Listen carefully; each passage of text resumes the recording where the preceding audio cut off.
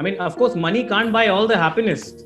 But again, I mean, you are at least set in a right direction.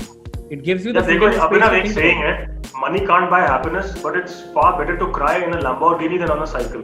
Anirudh, I knew you would say that, but that is outdated. That is outdated. Anirudh, tell me something.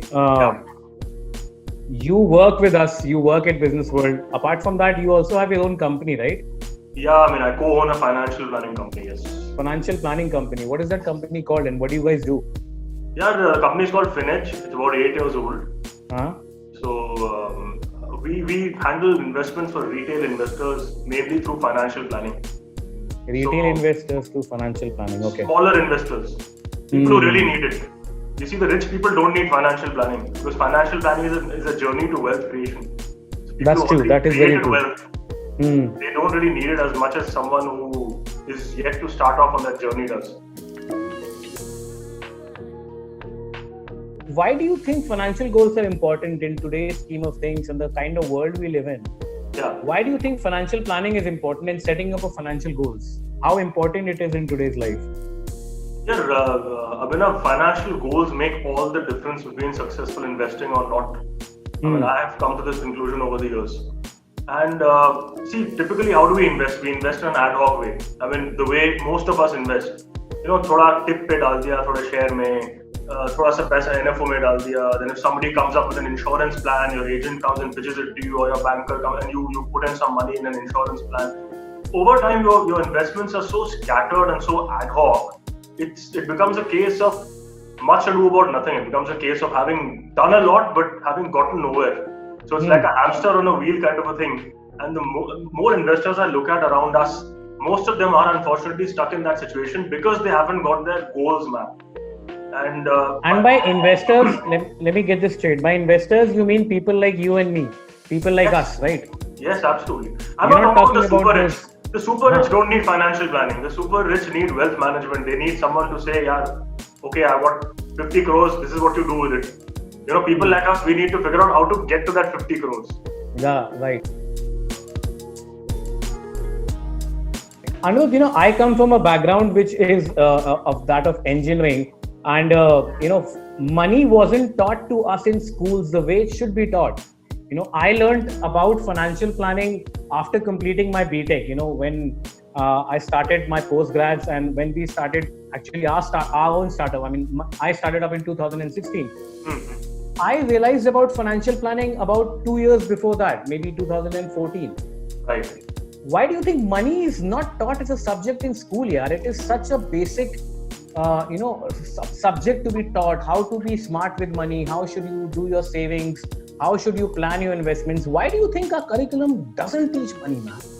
Yeah, our curriculum is maybe in desperate need of a revamp, and we really need to look at financial planning as a subject. I can't comment. I'm not an educationist, so I can't comment on why it's not there. But it is super critical because the earlier one gets all these concepts ingrained in them, I think the better it is for them in the long run because they'll be able to manage their goals and the investment so much better. So it is essential that it becomes a part of at least school curriculums over time. I mean, of course we are not educationists, Anirudh, but we can definitely criticize because we come out of that education system. Absolutely. And I somehow regret the fact that why wasn't money taught to me clearly in school? I mean, I would have been at a different place. I blame my education curriculum for that. I agree with you, yeah. So maybe we need to go out and do some morcha about this. Yeah, we should go out of morcha. Her school के बाहर एक नारे लगा के खड़े होते हैं कि बंद करो ये अत्याचार. अब मैं सीरियसली जाकर के बात करना चाहता हूँ टीचर से और प्रिंसिपल से और जो एनसीईआरटी का करिकुलम बनाते हैं कि यार पैसा क्यों नहीं समझाते हो यार? Very much. And in fact, we learn more about money from our household. Like हमारे यहाँ हमेशा से वो savings वाला culture था. हमारे बड़े बुजुर्ग बोलते थे ना कि जितनी चादर हो उतने पैर पसारो. That's a very good viewpoint. Yeah. That's actually a very, very good piece of advice. Yeah, and a lot of financial planners convert that jargon into English with their own, subtitles and paste it on the world. I've seen 50-page financial plans that make no sense at the end. You come away from it thinking, oh my God, ये मैंने क्या देख लिया? I'm sorry, I can't do it. Do you think simple and easy are the same? I don't think so. simple financial can be planning. difficult as well, and easy can not be simple as well. I mean, they're two different things. So setting financial goals is a classic case of something which is very simple but not easy. It's very simple. There are just one or two basic concepts. You got to know what your goals are. You have to map them out properly. You have to review them periodically. And but it's not easy. It takes willpower, determination, and it takes a certain amount of discipline to actually stick to that financial plan. But the benefits are immense. So, coming back to the benefits of financial planning, we all know that it's important to have goals in life, right? But we don't apply that to money. The first thing I tell people about the importance of financial goals is if you don't have a goal, you'll not meet it. I know it sounds really, really simple, oversimplified in a sense. Right.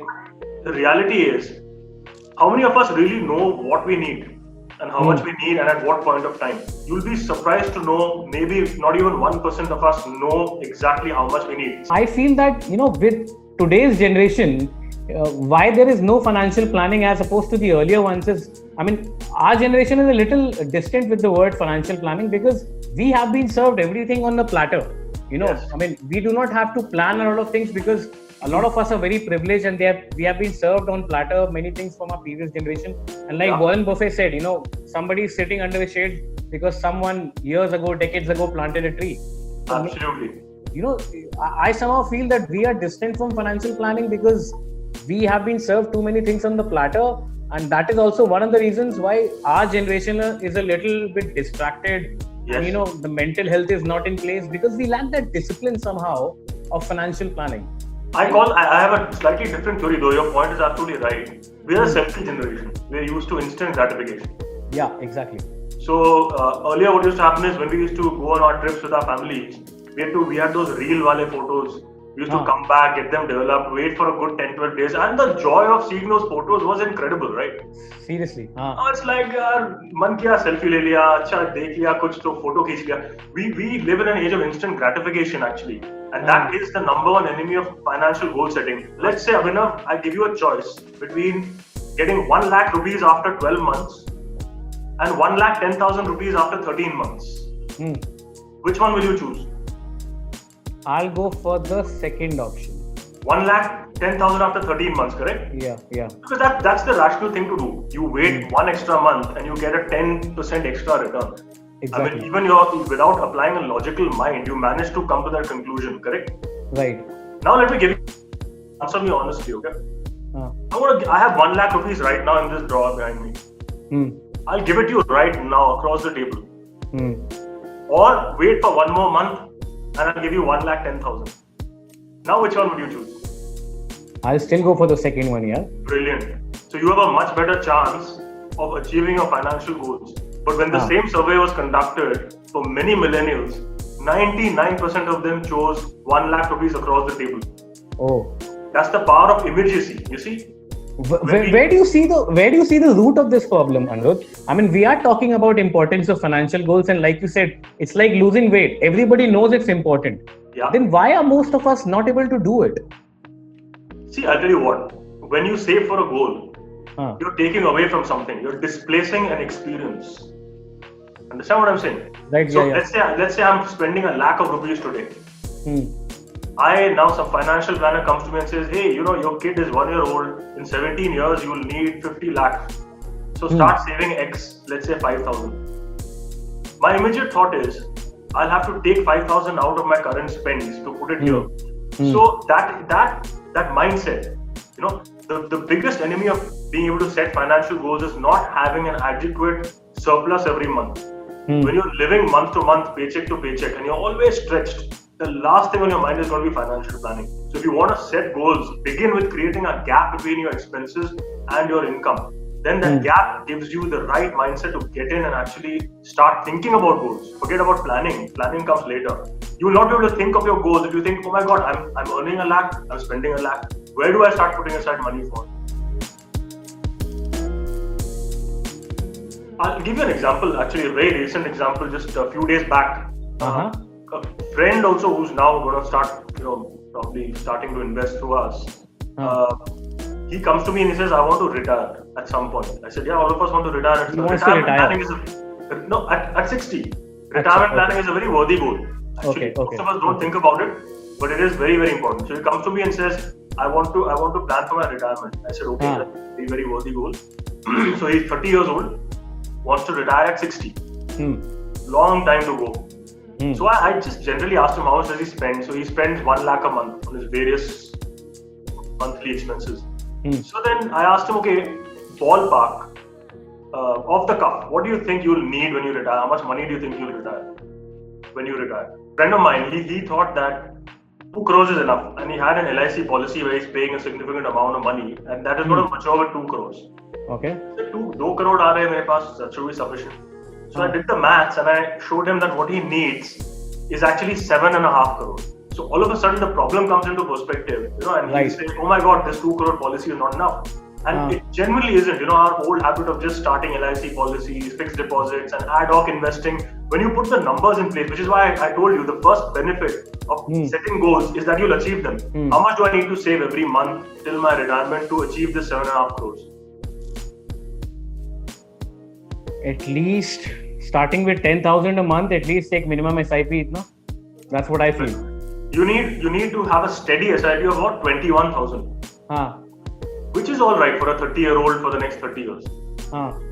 So what I'm trying to say is when you crunch these numbers, one, you've got a massive target, but when you crunch it back to the long time frame that you have using a financial plan, it becomes an achievable target.